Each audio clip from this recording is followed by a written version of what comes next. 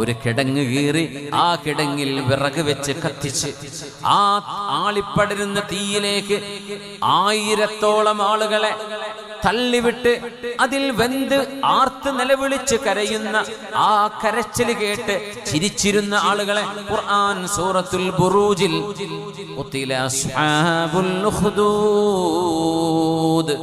അന്നാരി ദാതിൽ വഖൂദ്. അസ്ഹാബുൽ ഉഖ്ദൂദ് വെന്ത് മരണപ്പെട്ടപ്പോൾ അവർക്ക് നീതി കിട്ടി ഭൂമിയിൽ എന്ന് അല്ലാഹു പറഞ്ഞു. ഇല്ല, നീതി കിട്ടിയിട്ടില്ല. എന്നാൽ നീതി കിട്ടിയിരിക്കും. അല്ലാഹു ഇന്ന റബ്ബക ലബിൽ മിർസാദ്. അല്ലാഹു ഭൂമിയിൽ വെച്ച് തന്നെ നീതി നടപ്പാക്കണമെന്ന് നിർബന്ധമില്ല.